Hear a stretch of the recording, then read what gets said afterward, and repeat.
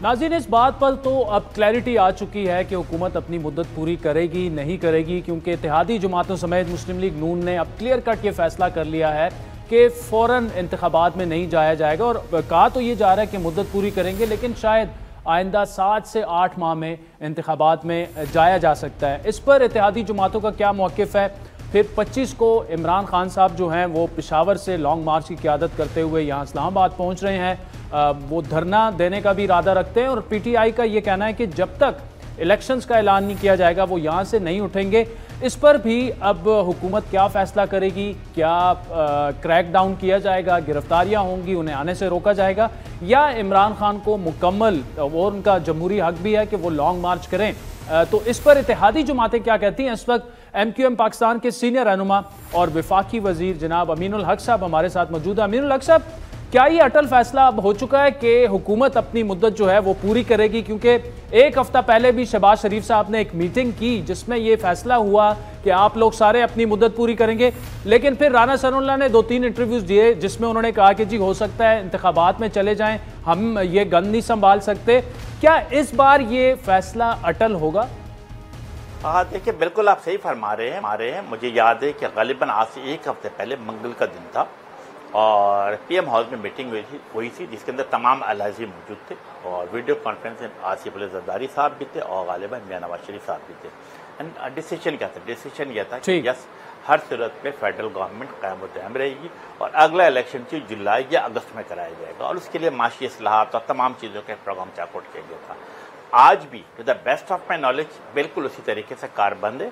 हमने क्या फैसला किया है कि 2-3 चीज़ें ज़रूरी है, बिलखसूस as far as MQM is concern कि मुल्क में जमहूरी रवायत कायम दायम रहना चाहिए, पार्लियामेंट की सुप्रीमेसी होनी चाहिए और मैं समझता हूँ कि इसके लिए बिल्कुल एक अटल फैसला हो चुका है कि यस, जून, जुलाई या अगस्त में अगर इलेक्शन होता है, it should be the fair, free and transparent election. तमाम सियासी पार्टियों को काम करने की आज़ादी होनी चाहिए, तमाम सियासी पार्टी इलेक्शन में हिस्सा लें और बैलेट से जिसका नंबर ज़्यादा आता है, मैं समझता हूं कि आइन और कानून के मुताबिक, जमहूरी रवायत के मुताबिक उस पार्टी का वज़ीर आज़म होना चाहिए। ठीक है, अच्छा, तो इस पर तो क्लैरिटी आ गई है। राना सनाउल्लाह साहब ये भी फरमा रहे हैं कि इत्तेहादियों के साथ मिलकर फैसला करेंगे कि लॉन्ग मार्च को कैसे टैकल करना है। क्या आप समझते हैं कि लॉन्ग मार्च को इस्लामाबाद तक आने दिया जाना चाहिए? क्योंकि वो तो धरना देकर बैठ जाएंगे जिसके बाद मुल्क अदम इस्तेकाम की जानिब भी जा सकता है। इस बारे में क्या हतमी फैसला हो चुका है हुकूमत का? आपसे कोई मुशावरत हुई? हाँ, बिल्कुल, as a political party and as a political worker बिल्कुल साफ और शफाफ में हमारी राय है क्या कि यस, हर सियासी पार्टी का आइनी, कानूनी और जमहूरी हक है कि वह जलसा करे, जुलूस निकाले, प्रेस कॉन्फ्रेंस करे या धरना दे। बिल्कुल मेरा ख्याल है धरना देने का माजी में भी मेरा ख्याल इमरान खान साहब ने 1 नहीं 2 दफ़ा धरने दिए। आप सबको याद होगा, सियासी कज़न के साथ बैठ के जलसे उन्होंने धरने दिए और अगर वो धरना देना चाहते हैं तो बेशक धरना दे, वो इस्लामाबाद आए। लेकिन क्या फ़ैसला हुआ है? हमने इनकी जो माजी की जो हुकूमत थी, आपको याद होगा गालिबन 1 अक्टूबर 2019 फजलुर रहमान साहब कराची से बड़े काफिला लेकर रवाना होते, इस्लामाबाद आमद होते, तो क्या उनको डी चौक पर आने दिया? तो उस वक्त हुकूमत ने यकीनन नहीं। क्या कहा था कि आप श्रीनगर हाईवे के ऊपर, जिसे हम कश्मीर हाईवे भी कहते हैं, उसके ऊपर ठहराया गया था। फिर आपने देखा कि आज से 1.5-2 महीना पहले अगेन GUI भी आई थी और PDM भी आई थी, पाकिस्तान पीपल्स पार्टी भी आई थी। तो क्या फैसला हुआ था कि यस, उनको दोबारा कश्मीर हाईवे पर रोका जाएगा, कश्मीर हाईवे पर उनको जलसा करने की इजाज़त दी जाएगी। तो यही फैसला हुआ है कि यस, वो मेरा ख्याल तशरीफ लाना चाहते हैं, बिल्कुल आए और उनके रास्ते में कोई रुकावट नहीं होनी चाहिए। वो धरना देना चाहे, जुलूस कर निकालना चाहे, प्रेस कॉन्फ्रेंस करे, वो कश्मीर हाईवे बैठे, वो तमाम चीज़ें करें। प्रॉब्लम क्या होती है? जब आप शहर के अंदर दाखिल हो जाते हैं तो जो आम अवाम होती है उनको तकलीफ का सामना करना पड़ता है। इसके साथ साथ माशी सूरत हाल भी ख़राबी की तरफ जाना शुरू कर देती है। तो आइन और कानून के मुताबिक उनको हक हासिल है कि वो धरना दे, इस्लामाबाद में बैठे, but not at the D Chowk, but at the Kashmir. चलें, एटलीस्ट अब इस पर क्लैरिटी है कि आप लोग नहीं चाहते कि इमरान खान साहब को रोका जाए, ये उनका जमहूरी हक है।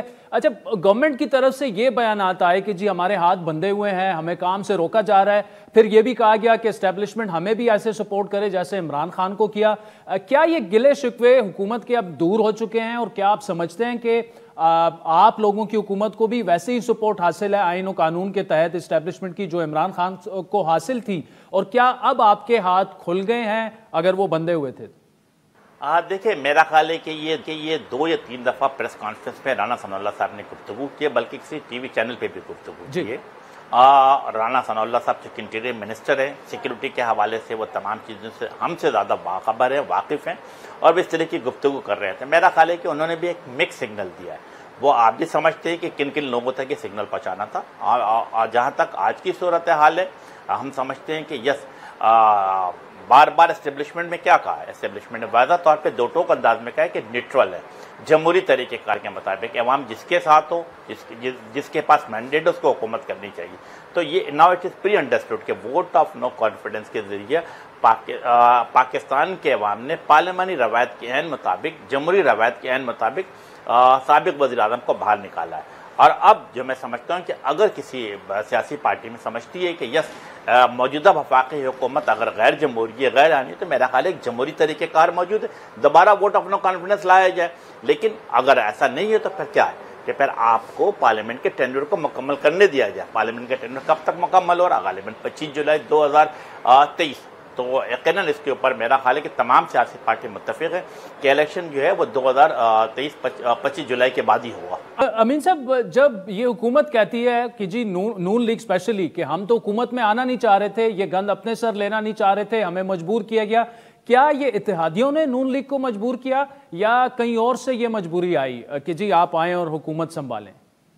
देखिए MKM पाकिस्तान वो सियासी पार्टी थी जो सबसे आखिर में वफाकी हुकूमत के साथ ऑन बोर्ड हुई थी, यानी कि PMLN और पाकिस्तान पीपल्स पार्टी के साथ। मेरा ख्याल है कि ये तमाम जो सवाल आपने पूछे इसका ज़ाती बेहतर तरीके से जवाब जो है पाकिस्तान मुस्लिम लीग के सदर या पाकिस्तान पीपल्स पार्टी के सरबराह इसके ज़्यादा बेहतर तरीके से जवाब दे सकते हैं। As far as MKM is concern है, MKM ने तो इश्यू बेस्ड गुफ्तगू की ना। आप आदिल, आप सब ने देखा कि 30 मार्च दोपहर 2 बजे का वक्त था जब पाकिस्तान के तमाम टीवी चैनल से दिखाया जा रहा था कि MKM पाकिस्तान एक कौमी जर्गी के सामने मुआहदा कर रही थी। किसके साथ? पाकिस्तान पीपल्स पार्टी के साथ, जिसपे बिलावल भुट्टो साहब ने दस्तखत की, और शहबाज शरीफ के साथ। और उसके विटनेसेस कौन थे? बड़ी अच्छी बात ये थी कि आप देखें कि KPK से फजलुर रहमान साहब मौजूद थे, बलूचिस्तान से मैंगल साहब मौजूद थे, शाहजहान बुख्ती साहब मौजूद थे, सिंध से बिलावल साहब खुद मौजूद थे। तो इसका मतलब ये था कि वो तमाम इशूज़ जो MKM समझती थे कि हल तलब है, जिसके MKM हर फोरम पे, आपके टीवी चैनल हो या तमाम फोरम हो, इस पर आवाज़ उठाते रहे। इन तमाम सियासी पार्टी ने MKM के उस इश्यूज़ को इंडोर्स किया और कहा कि मसाइल हल होना चाहिए। तो मैं समझता हूँ कि यस MKM ने एक अच्छा फैसला किया, बर वक्त फैसला किया, और उनके लिए उन्होंने किस चीज़ को मद्देनजर रखा? अपने वोटर, अपने सपोर्टर और अपने शहर के अवाम के मफादात को बेहतर मुकद्दम रखा और उनकी सोच के मुताबिक फैसला करते हैं। मैं समझता हूँ कि हमने अच्छा साहब जो हैं वो परसों यहाँ पहुँच रहे हैं, यहाँ पर बैठ जाएंगे। अगर पॉलिटिकल टेम्परेचर मजीद बढ़ता है, आप पर दबाव बढ़ता है, पोलराइजेशन बढ़ती है, तो क्या आपका ये जो फैसला है कि जी टेन्योर पूरा किया जाएगा, दबाव आ गया, फिर क्या करेंगे? इलेक्शन में जा सकते हैं? इस फैसले पर का असर नो जायजा लिया जा सकता है? देखिए Adil, as a political worker मैं बिल्कुल ओपन माइंड हूँ कि यस डायलॉग डिस्कशन और डिस्कशन, मुज़ाकरात हमेशा होती रहनी चाहिए, बातचीत होनी चाहिए और बातचीत ही मसाइल का हल है। इस पर कोई दो राय नहीं कि बातचीत से हम बेहतर रास्ता भी निकाल सकते हैं। लेकिन जहाँ तक मैं समझता हूँ आपने बात की पोलराइजेशन बढ़ने की, ये इसका दारोमदार जो है मैं समझता हूँ कि इमरान खान साहब के कंधे पर आता है। उन्होंने क्या किया? आप सब ने देखा कि गालिबन 30 मार्च को जब MKM पाकिस्तान ने मुआहदा ख़त्म किया और पाकिस्तान जिसे कहते हैं PDM के साथ शामिल हुए वफाकी हुकूमत में, तो हमारे एक सीनियर लीडर के साथ इस्लामाबाद एयरपोर्ट में बदतमीजी करने की कोशिश की गई। हमने फौरी तौर पे मैसेज, इनके जो बड़े थे उस वक्त गवर्नर साहब मौजूद थे, इमरान इस्माइल साहब, उनको मैसेज करा असद उमर साहब को कि देखिए पोलराइजेशन आप ना बढ़ाएं। अगर इस चीज़ों को अगर आप इस तरह हरकतें करेंगे, किसी को गद्दार और किसी को जिसे कहते हैं गैर सियासी अल्फाज इस्तेमाल करेंगे तो उसका रद्दमल आएगा। लेकिन इसके बावजूद आपने देखा कि हैदराबाद में MKM का परचम जलाया गया। तो क्या हुआ? फौरी तौर पर रिएक्शन आया ना। उसके बाद उनका जिसे कहते हैं कि सॉफ्टवेयर अपडेट किया गया। उन जिन हजरात ने MKM के परचम जलाए थे उन्होंने माजरत की। तो मैं समझता हूँ कि इन चीज़ों को रखना पड़ेगा कि तमाम सियासी पार्टियों को पोलराइजेशन से दूर होना पड़ेगा, एक दूसरे को समझना पड़ेगा, एक दूसरे से मिलते, जिसे कहते हैं कि आप ओपन महफिल में भी और इंडोर भी आप आपस में मुलाकातें बिल्कुल रखें, लेकिन सियासी अखलाफात बावकार तरीके से होना चाहिए, एक दूसरे को गालिम गलोच नहीं होना चाहिए, बल्कि नजरियाती तौर पर अख्तलाफ रखें। एक बड़ा एतराज़ आपकी हुकूमत की फैसला साजी पर हो रहा है कि फैसला साजी का फुकदान है, माशी फैसलों में ताखीर की जा रही है, जिससे अदम इस्तेकाम मजीद बढ़ रहा है, डॉलर कहाँ पहुँच चुका है। क्या बतौर इत्तेहादी जमात आपकी शहबाज शरीफ साहब से बात होती है, हुकूमती रहनुमाओं से, कि जी आप जल्द फैसले करें, क्योंकि मामला जो है वो हाथ से निकल ना जाए। जी आदिल, आप बिल्कुल दुरुस्त फरमा रहे हैं। मैं समझता हूं कि पिछले दिनों जो हमारे अलाइज है, बड़ी अलाइज है, उनका एक बहुत बिरन मुल्क चला जाता है और 5-6 दिन वहाँ रहता है। मैं समझता हूँ कि हमने लाउड एंड क्लियर उनको मैसेज दिया कि इट्स एन एरर नहीं बल्कि मिस्टेक और ब्लंडर था। आपको इस दौरान पाकिस्तान में मौजूद रहना चाहिए था। जो माशी अदम इस्तेहकाम आ रहा है इसको बेहतरी की तरफ लेके जाना चाहिए था। अल्हम्दुलिल्लाह हमारी बात सुनी गई है। अब ये जो किसे कहते हैं वफाक हुकूमत की जो माशी टीम है सर जोड़कर बैठ रही है।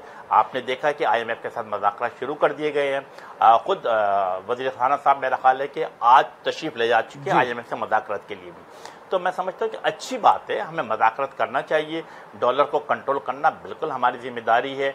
आज आपने देखा कि 1.5 या 1.75 जो है जिसे कहते हैं कि रेट बढ़ा भी दिया गया है। लेकिन हमें देखना क्या है कि हर सूरत में आम अवाम की बेहतरी कैसे ला सकते हैं। पेट्रोल की कीमतें जो इंटरनेशनल मार्केट में मेरा ख्याल $110 फी बैरल के हिसाब से कीमतें बढ़ रही हैं, हमें उसके हिसाब से आगे बढ़ना है। हम अपने पड़ोसी मुल्क को देखते हैं, यूरोप को देखते हैं, ईस्टर्न यूरोप को देखते हैं, नॉर्थ अमेरिका को देखते हैं, वहाँ तमाम जगहों पे पेट्रोल की कीमतें बढ़ रही हैं। लेकिन हमारा क्या टारगेट, MQM क्या कहती है? MQM वाज़ा तौर पर कहा है कि इन तमाम माशी सूरत हाल से अपने जो कहते हैं पुअर ऑफ द पुअर है, जो गरीब से गरीब तर लोग, उनके मफादात का ख्याल रखना। और मैं समझता हूँ इस हवाले से बातचीत का अमल जारी है और आप देखेंगे जब भी कोई पैकेज का ऐलान होगा तो हर सूरत में पुअर ऑफ द पुअर के मफाद का तहफ़्फ़ुज़ किया जाएगा। चलें साहब, thank you so much for joining us. नाज़रीन, MQM पाकिस्तान जो है वो बड़ी अहम इत्तेहादी है और कल अगर वो अपना सपोर्ट विड्रॉ कर लेते हैं तो शहबाज शरीफ साहब की हुकूमत जो है वो कायम नहीं रह सकती।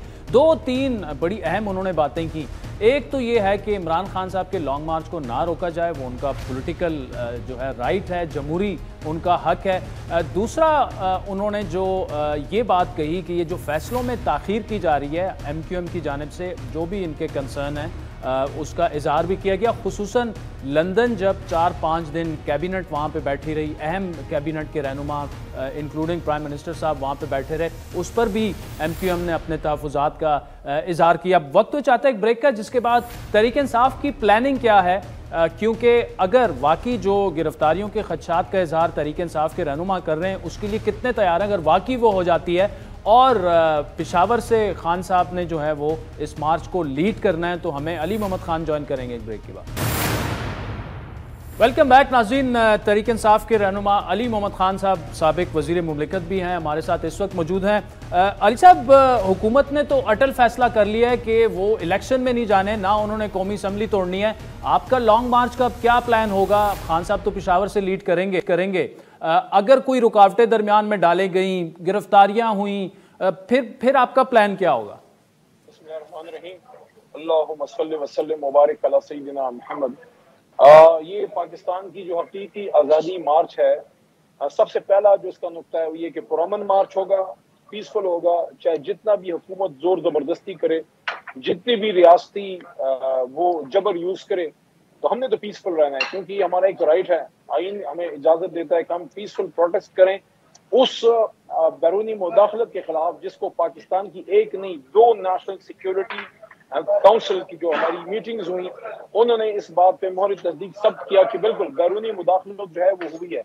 तो हम तो पीसफुल रहेंगे। आपने पूछा कि अगर उन्होंने बहुत ज्यादा रोका तो क्या होगा, उस पर मैं ये बात करना चाहता हूँ कि अगर बहुत ही उन्होंने हरदर्मी की और बहुत ही वहां पे रोका और गोली चलाई या बैरिकेड्स रखे और किसी सूरत आगे ना जाने दिया, तो वहीं हम लोग बैठ जाएंगे, वहीं पीसफुल प्रोटेस्ट करेंगे। लेकिन उसका फिर ये होगा कि बदकिस्मती से फिर हम नहीं चाहते, लेकिन फिर पूरे मुल्क में जो है सब कुछ जो है वो लॉकडाउन हो जाएगा कि अगर आप एक पीसफुल प्रोटेस्ट नहीं करने दे रहे और लोग आ रहे हैं, इस्लामाबाद आना चाह रहे हैं, आ जाएंगे, बैठ जाएंगे, वो एहतजाज करेंगे। हमारे दौर में 2 बार फजल रहमान साहब तशरीफ लाए अपने लोगों के साथ, एक बार बिलावल साहब और एक बार मरियम साहबा आई। हमने तो किसी को नहीं रोका, ना किसी पे लाठी चार्ज किया, ना किसी पे आंसू गैस चढ़ाई, ना गोली चलाई, रबड़ की असली, तो हमने तो ना कोई कंटेनर खड़े किए।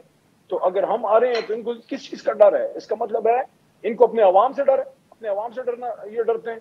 तो हम तो पीसफुल हैं और पीसफुल रहेंगे। अच्छा, और ये बात भी तय है कि ये सिर्फ लॉन्ग मार्च उसी दिन का नहीं होगा, ये धरने में चेंज होगा फिर? नहीं आदिल भाई, this is not a one day affair.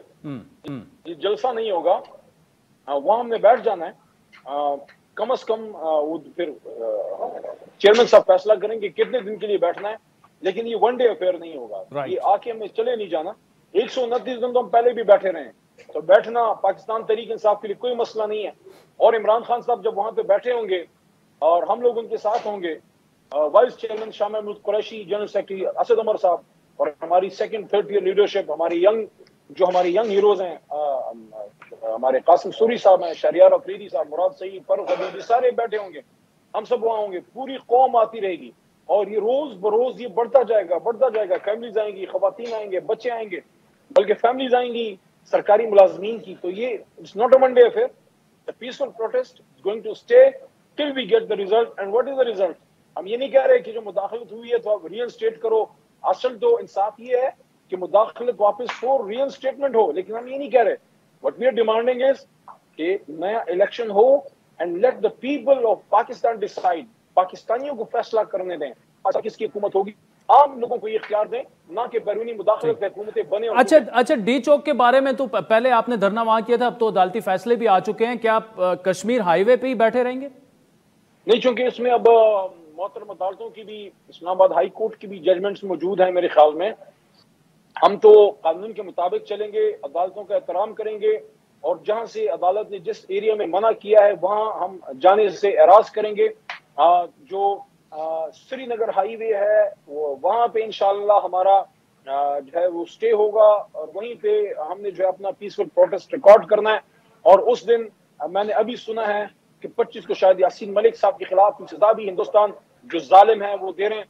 तो उस दिन हमारा न सिर्फ इस इम्पोर्टेड हुकूमत के खिलाफ है बल्कि हमारा हिंदुस्तान के खिलाफ भी प्रोटेस्ट होगा कि जो कश्मीर के साथ उन्होंने जुल्म किया है। तो हम इस मुश्किल घड़ी में यासीन मलिक साहब के साथ, उनकी वाइफ विशाल बीबी जो है उनके साथ और पूरी कश्मीरी कौम के साथ, इमरान खान साहब जो खुद उन्होंने वादा किया था मुजफ्फराबाद में, इमरान खान साहब ने मुजफ्फराबाद में आजाद कश्मीर की असेंबली के सामने वादा किया था बैरियत वजीर आजम पाकिस्तान कि मैं कश्मीर का सफीर बनूंगा, पूरी दुनिया में वकील बनूंगा। और उन्होंने साबित किया यूनाइटेड नेशंस में इमरान खान साहब ने जाके न सिर्फ कश्मीर के सफीर बने बल्कि हुर्मत रसूल सल्लल्लाहु अलैहि वसल्लम के सिपाही भी बने, खत्म नबूवत पे भी बात की और दुनिया से एंगेज किया कि इस्लाम जो है दहशतगर्दी का मतलब नहीं है, ना मुसलमान।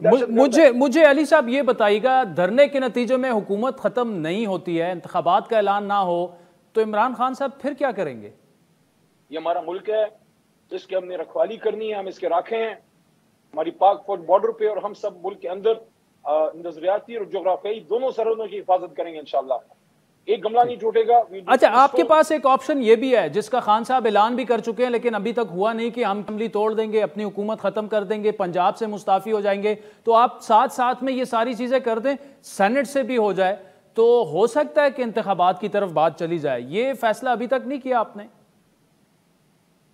देखिए, ये हो भी सकता है। मैंने खुद खान साहब को, मैंने भी कुछ दिन पहले ये बात मैंने भी की है कि असेंबली से इस्तीफा, हाँ, हाउस ऑफ फेडरेशन सेनेट से पॉसिबल नहीं है, वो नहीं होना चाहिए। मेरी जाती राय है, पार्टी मौक़िफ़ नहीं है, मेरी जाती राय है कि सेनेट से कभी इस्तीफा नहीं देना चाहिए। बाकी सूबों में इंशाल्लाह वो हो सकता है अगर जरूरत पड़ी, क्योंकि इस वक्त हमारी सिंध में अच्छी खासी रिप्रेजेंटेशन है, अपोजिशन लीडर हमारा वहाँ पे है, पंजाब में अब भी हम अक्सरियत में हैं, खैबर पख्तूनख्वा में हुकूमत है, तो यहाँ से तो हम इस्तीफे बिल्कुल दे सकते हैं। हुकूमत तोड़ी भी जा सकती है, लेकिन वो फिर देखा जाएगा वक्त आने पे। इस वक्त हमारी कश्मीर में भी हुकूमत है, जीबी में भी है, वहां तो इस्तीफे का वो ऑप्शन नहीं है क्योंकि वो एक अलग सिचुएशन है। लेकिन सिंध से, पंजाब से, खैबर पख्तूनख्वा और बलूचिस्तान से बिल्कुल it is on the cards कि सूबाई असेंबलियों से इस्तीफे भी दिए जाएं और जहां तोड़ी जा सकती है वहां तोड़ी भी जाए। लेकिन इस वक्त हमारी पूरी तवज्जो जो है वो हकीकी आज़ादी मार्च पे है और पूरी पाकिस्तानी कौम निकलेगी और मेरे ख्याल में डिमांड बड़ी जायज़ है, कोई जाती मफाद की बात नहीं है। इलेक्शन हो जाए, जिसको अवाम पे एतमाद है उसको अवाम के पास जाने से डरना नहीं चाहिए। ठीक, अली मोहम्मद खान, शुक्रिया। नाज़रीन, आपने सुना तहरीक इंसाफ के रहनुमा।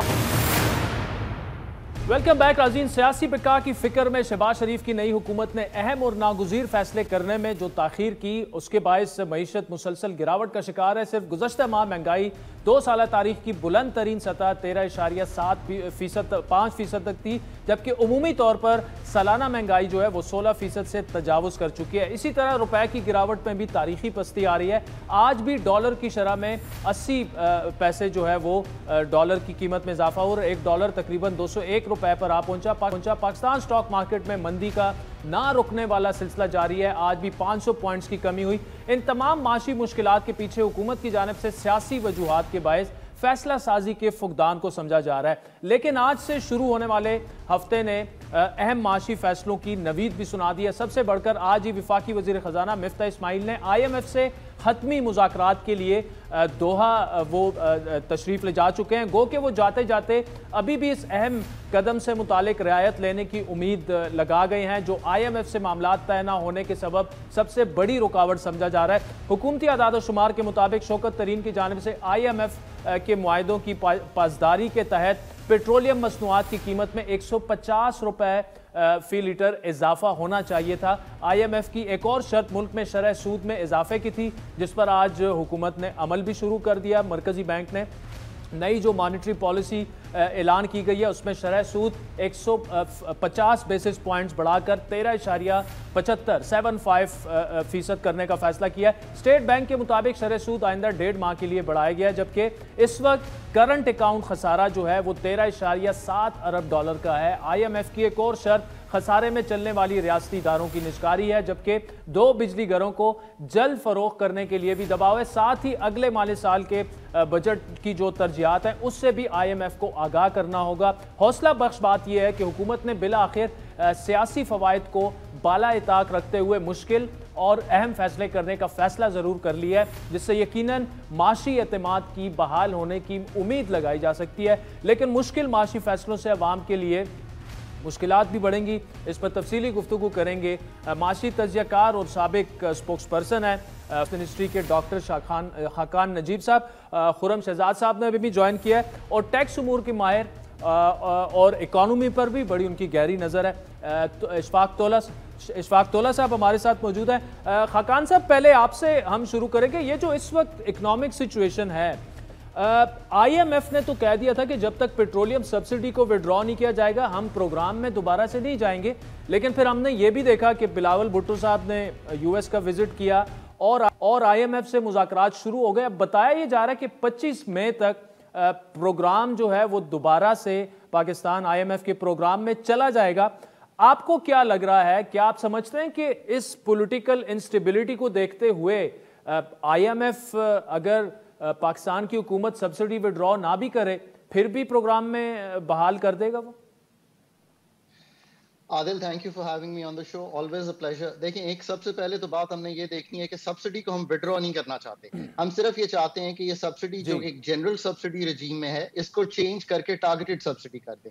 यानी कि ये सब्सिडी आप पे, मेरे पे, खुरम पे जो है ये अप्लाई ना हो, बल्कि 2 wheelers, 3 wheelers, public transport, agriculture, tubewells, इन सब पे अप्लाई की जाए। और यही ख्वाहिश आई थिंक किसी भी अच्छे इकोनॉमिस्ट की होनी चाहिए, वेदर वो IMF में बैठा हो या पाकिस्तान के पॉलिसी सर्कल्स में बैठा हो।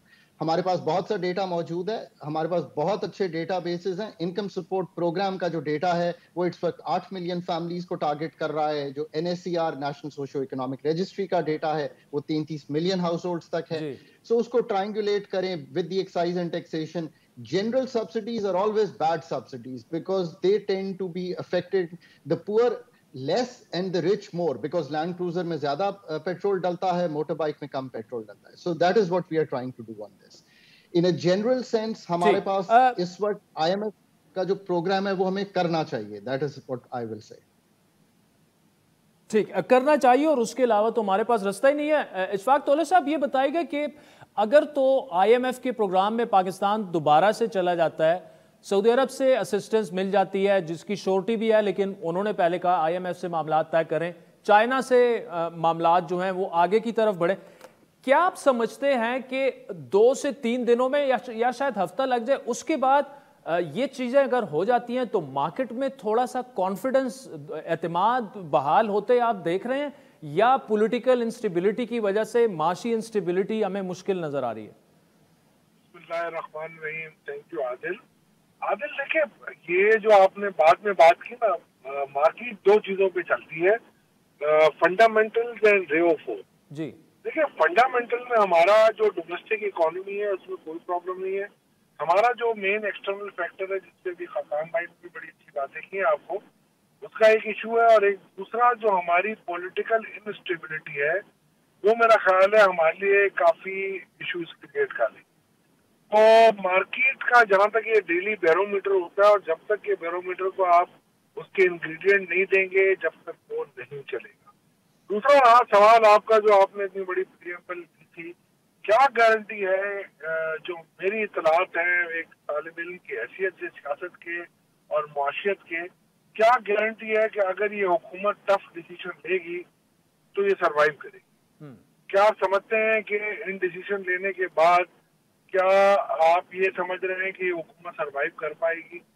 क्या आप समझते हैं कि आप ये यानी कि इलेक्शंस नहीं होंगे? जो मैं समझता हूँ कि अगर इस हुकूमत को टफ डिसीजन लेने हैं and if they have to survive for 1.5 year, then तो मैं भी समझता हूँ उनको टफ डिसीजन लेने चाहिए, और मेरा राय था। और जैसे ही अगर उनको टफ डिसीजन लेने के बाद उनको कहा जाए अस्सलाम वालेकुम वालेकुम अस्सलाम, तो मैं नहीं समझता कि ये अपने पॉलिटिकल डेथ वारंट पे साइन करेंगे।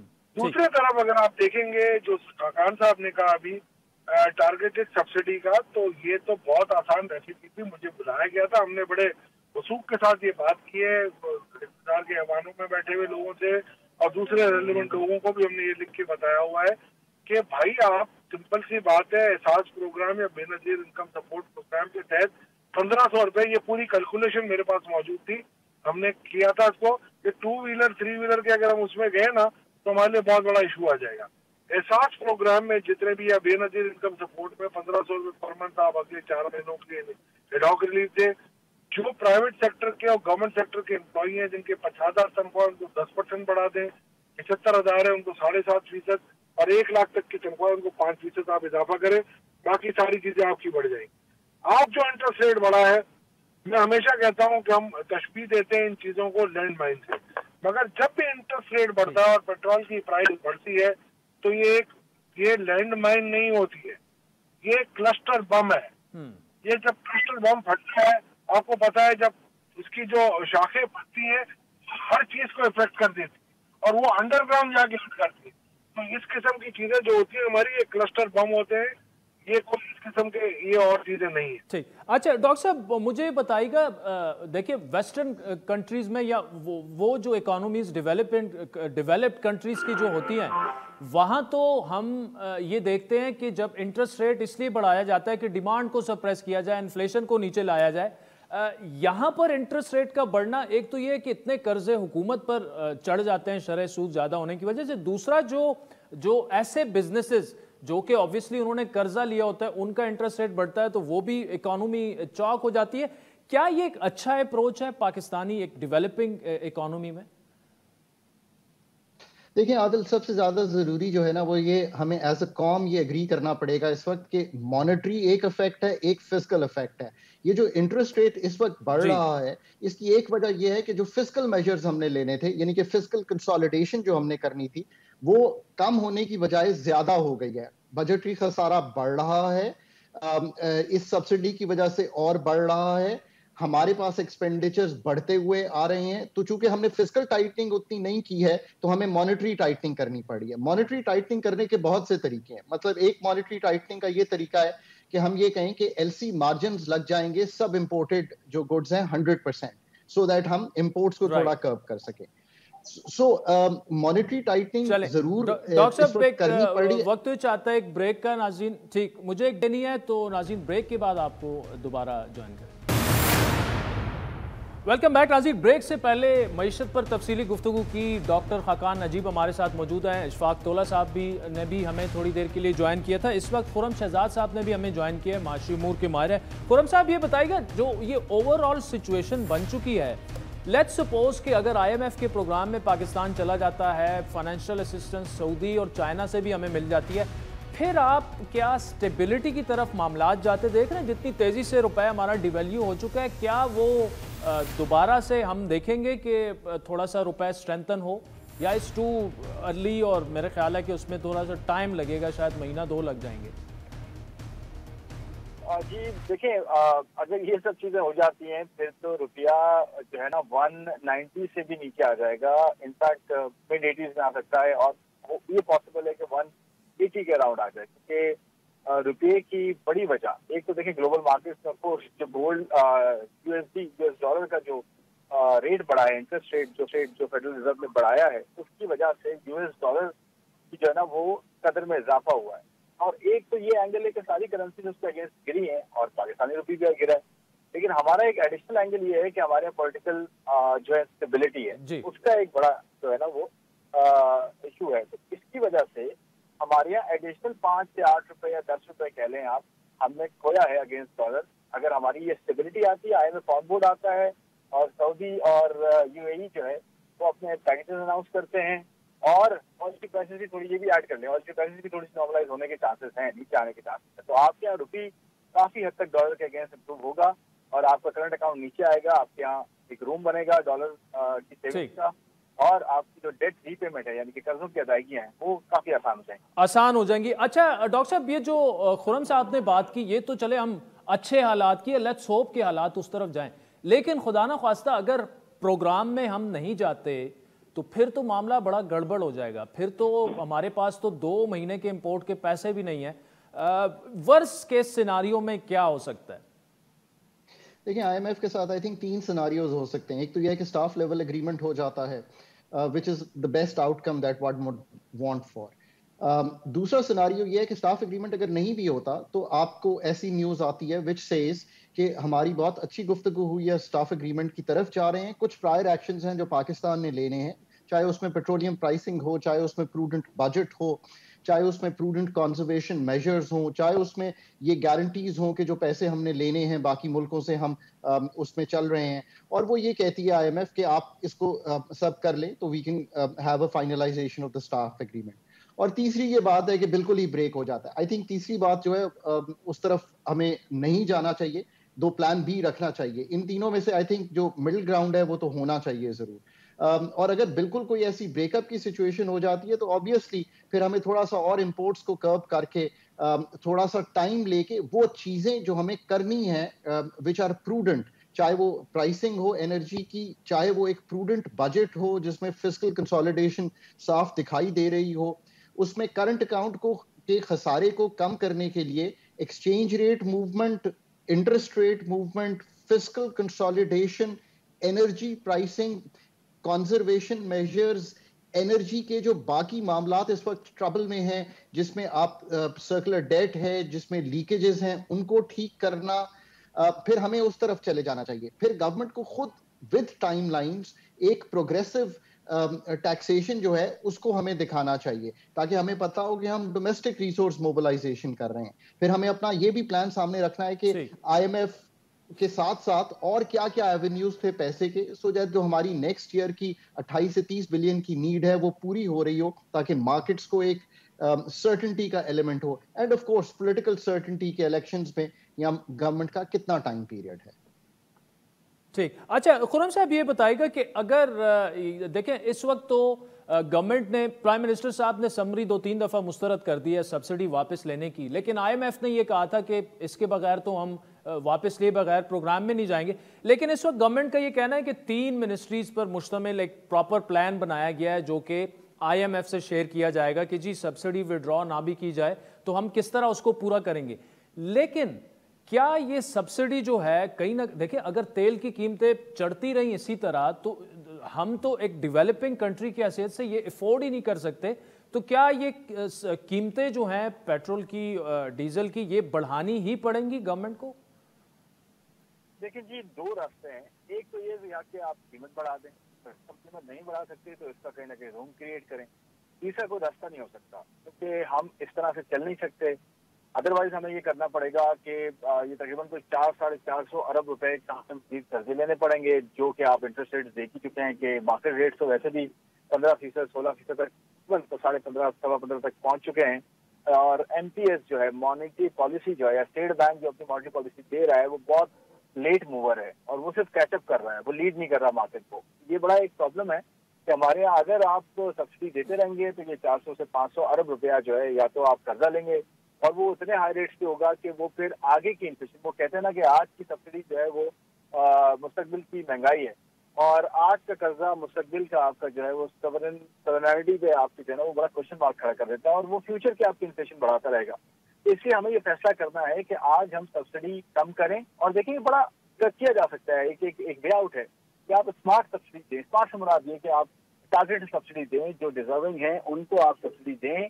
उसका एक मैकेनिज्म अभी तक सॉर्ट आउट हो चुका होता या हिस्ट्री के थ्रू उनके जो अकाउंट में ट्रांसफर करें जो डिजर्विंग है, या स्पेशलिस्ट को दें, समहाउ प्रीपेड कार्ड लेकर आए, या कुछ भी ऐसा मैकेनिज्म करें जल्दी से जिससे जो है डिजर्विंग है उसके पास सब्सिडी जाए, और जो नॉन डिजर्विंग है यानी कि 1300 सीसी गाड़ी है या प्लस उससे ऊपर की जो गाड़ी है उसको आप ना दें, फिर मार्केट आप जल्दी बंद कर दें, वर्क फ्रॉम होम की पॉलिसी अपनाएं, गवर्नमेंट के अपने जो नंबर ऑफ डेज इस वक्त वर्किंग वीक जो है वो बड़ा है उसको कम करें, प्राइवेट सेक्टर और पब्लिक सेक्टर दोनों जो है 4 दिन काम करें, 3 दिन जो है अपने घर से काम करें या बिल्कुल मार्केट को बंद रखें। तो ये सारी चीजें मिल मिला के आपके यहाँ एनर्जी की कंजर्वेशन को मदद देंगी, जिसकी वजह से आपको जो सबसे बड़ा इम्पोर्ट बिल के अंदर जो हिस्सा है वो एनर्जी का इस वक्त तकरीबन 27-28% आपका इम्पोर्ट बिल का ये हिस्सा है। इसका मतलब ये है कि अगर आपके यहाँ 70 से 75 अरब डॉलर का जो है वो अगर टोटल इम्पोर्ट्स होती है तो तकरीबन 20 अरब डॉलर का आपका जो है यहाँ से एनर्जी बिल खड़ा हो जाएगा। तो देखिए, हमें अगर इस तरह से प्लान करके डिसीजन टाइम पे लेते रहेंगे तो आपके यहाँ कर्जे भी बहुत ज्यादा नहीं पड़ेंगे, IMF भी जो है हैप्पी रहेगा,